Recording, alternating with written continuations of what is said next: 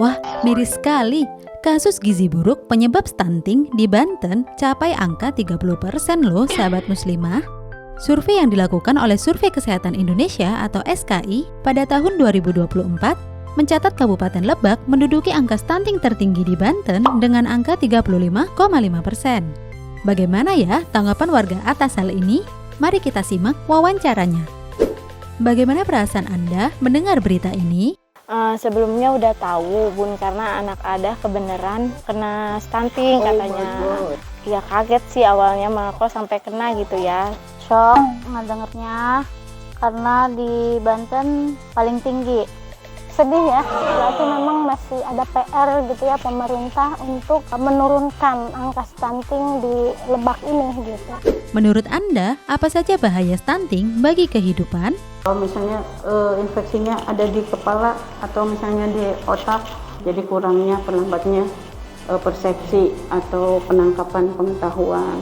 Kalau asupan gizinya kurang, tadi pertumbuhannya mungkin tidak akan sama seperti anak yang lainnya. Ketika kita berbicara stunting, kita juga akan berbicara bagaimana generasi ke depan gitu. Apakah nanti generasinya kuat atau memang justru karena tadi stunting menjadi bumerang juga buat negara gitu. Apa yang menyebabkan angka stunting saat ini tinggi? Apakah ada hubungannya dengan perekonomian negeri ini? Ada Bun, dari makanan ya Bun ya, kan kita nggak selamanya makanannya bisa sehat gitu Bun, bisa mencukupi gizinya. Kata saya mah ada juga sih, kadang bahan pokok di Lebak tuh suka naik.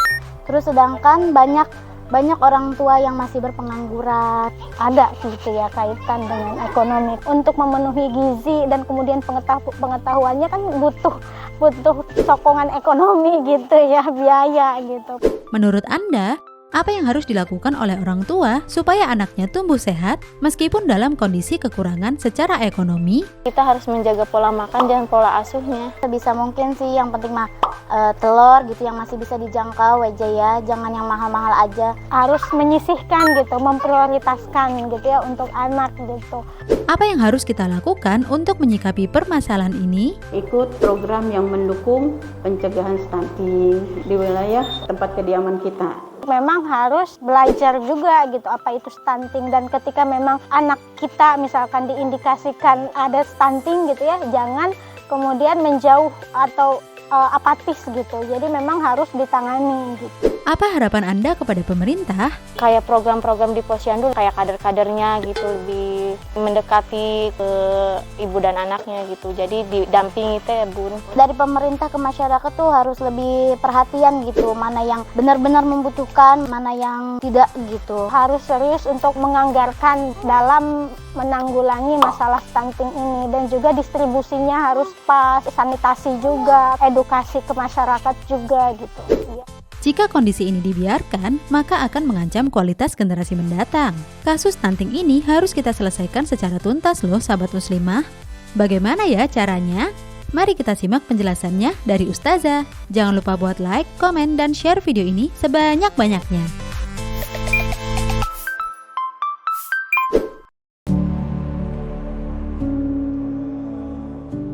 Provinsi Banten menghadapi tantangan serius terkait tingginya angka stunting pada anak-anak di bawah usia 5 tahun. Stunting tidak hanya mempengaruhi pertumbuhan fisik anak, tetapi juga berdampak pada perkembangan kognitif dan kesehatan jangka panjang. Berdasarkan laporan penyelenggaraan percepatan penurunan stunting Provinsi Banten semester 1 tahun 2024, jumlah balita stunting di Banten adalah 51.889 anak pada tahun 2021, dan pada tahun 2024 jumlah anak stunting mencapai 39.304 anak. Menurut WHO, stunting adalah gangguan pertumbuhan dan perkembangan anak akibat kekurangan gizi kronis dan infeksi berulang yang ditandai dengan panjang atau tinggi badannya berada di bawah standar. Berbagai upaya sudah dilakukan oleh pemerintah untuk mencegah stunting. Di antara upaya tersebut adalah peningkatan gizi anak melalui program pemberian makanan tambahan, peningkatan gizi ibu hamil dengan pemeriksaan kehamilan dan pemberian makan tambahan bagi ibu hamil. mendorong pemberian ASI eksklusif, pemantauan tumbuh kembang balita, vaksinasi lengkap anak melalui program imunisasi dan sanitasi berbasis lingkungan serta pembangunan infrastruktur air minum. Hanya saja, upaya ini tidak akan berdampak dan tidak berpengaruh jika akar masalah munculnya stunting tidak dituntaskan. Pada tahun 2022, Indonesia telah menjadi negara dengan ekonomi terbesar di Asia Tenggara dan terbesar ke-17 di dunia. Meski demikian, 1 dari 5 anak di bawah usia 2 tahun mengalami kurang gizi kronis. Bahkan angka stunting di Indonesia mencapai 21,6% pada tahun 2022. UNICEF menyatakan bahwa Indonesia merupakan salah satu negara berkembang dengan prevalensi stunting yang tinggi karena masuk dalam 5 besar kasus stunting dari 88 negara di dunia. Setidaknya terdapat 4 faktor penyebab stunting selain gizi buruk. Pertama, praktik pengasuhan kurang baik. Yang kedua, terbatasnya layanan kesehatan selama masa kehamilan ibu. Ketiga, kurangnya akses keluarga ke makanan bergizi. Keempat, terbatasnya akses ke air bersih dan sanitasi. Oleh karena itu, kita harus mencermati akar munculnya gizi buruk, sanitasi buruk, infrastruktur kesehatan yang kurang memadai, pendidikan atau literasi rendah, dan sebagainya. Meski antara kemiskinan dan stunting tidak selalu berkorelasi, kondisi ekonomi keluarga yang hidup di bawah garis kemiskinan lebih rentan dan beresiko mengalami stunting. Kemiskinan sangat erat kaitannya dengan pemenuhan gizi dan nutrisi seimbang bagi ibu dan bayi dengan harga terjangkau, akses dan layanan kesehatan, serta sanitasi yang layak dan air bersih. Ditambah peran negara yang berjalan lambat dan kurang serius apabila program pencegahan stunting dibumbui dengan penyalahgunaan anggaran. Semisal pemberian makanan tambahan yang semestinya mengandung sumber protein penting bagi pertumbuhan badan hanya terwakili dengan pemberian biskuit dan susu dalam kegiatan posyandu. Jika akar persoalan stunting terletak pada kemiskinan, sudah semestinya upaya yang dilakukan adalah menyelesaikan kemiskinan itu. Hanya saja persoalan kemiskinan akan sulit diberantas jika kepemimpinan sistem politik demokrasi dan sistem ekonomi kapitalis masih menjadi platform kerja penguasa.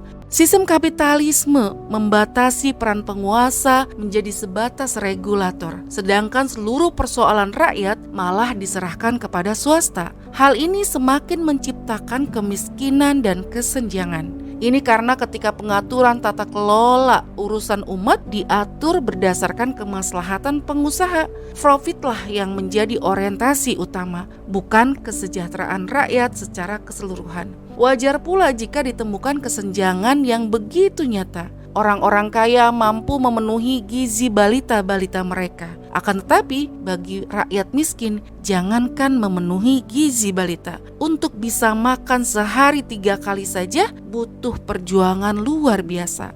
Politik demokrasi hanya menciptakan politik oligarki. Pemerintahan hanya dikuasai oleh segelintir elit yang berkhidmat pada oligarki. Alhasil, seluruh kebijakan yang ditetapkan bermuara pada keinginan mereka. Inilah yang menjadikan kebijakan selalu mandul dalam menyelesaikan persoalan rakyat. Implementasi kebijakan dalam sistem demokrasi juga selalu menghadirkan perilaku korupsi. Menyelesaikan stunting haruslah dilakukan secara fundamental dan menyeluruh. Stunting ada karena ada masalah utama yang mendasarinya sehingga harus ditangani dengan tepat dan benar. Pencegahan stunting dapat dilakukan melalui penyelesaian yang multidimensional. Yang pertama, negara menyediakan infrastruktur kesehatan yang memadai bagi seluruh warga. Tidak boleh ada pembatasan akses layanan kesehatan bagi siapapun. Orang kaya maupun miskin berhak terjamin akan kesehatannya, terutama ibu hamil dan balita. Dalam sistem pemerintahan Islam atau khilafah, akses dan layanan kesehatan diberikan secara gratis, baik dalam rangka pemeriksaan, rawat jalan, perawatan intensif, pemberian nutrisi tambahan, ataupun vaksinasi. Kedua, negara menjamin terpenuhinya kebutuhan dasar masyarakat berupa sandang, pangan, papan, pendidikan, dan kesehatan. Jika setiap kepala keluarga sudah mencari nafkah dengan kebijakan negara yang memberi kemudahan mendapatkan pekerjaan, para ayah tidak akan merasa was-was mencukupi kebutuhan pokok keluarganya. Tercukupinya nafkah memungkinkan bagi keluarga mendapat asupan gizi dan nutrisi yang cukup, khususnya ibu hamil, ibu menyusui, dan balita. Mereka juga tidak akan kesulitan mengakses makanan bergizi yang harganya mahal, seperti sayuran dan buah-buahan. Bahkan negara bisa menetapkan kebijakan harga pangan yang murah. Ketiga, negara memberikan edukasi terkait gizi pada masyarakat. Edukasi ini dapat berjalan efektif manakala faktor yang menjadi sebab terbatasnya akses makanan bergizi seperti kemiskinan dapat terselesaikan dengan dua peran negara yang telah disebutkan tadi sebelumnya. Jika negara memimpin dan menjamin pemenuhan pendidikan untuk seluruh warga, masyarakat akan memiliki kepekaan literasi dan mampu mencerap edukasi yang diberikan. Peningkatan SDM melalui layanan pendidikan untuk seluruh lapisan masyarakat sangat penting bagi keberlangsungan dan masa depan sebuah bangsa. Keempat, negara melakukan pengawasan dan pengontrolan yang berkala agar kebijakan negara seperti layanan kesehatan, akses pekerjaan, stabilitas harga pangan, hingga sistem pendidikan serta penggunaan anggaran dapat berjalan secara amanah. Semua itu bisa terwujud dengan paradigma kepemimpinan dan sistem yang mengikuti aturan yang Maha Pencipta, yaitu Islam kafah.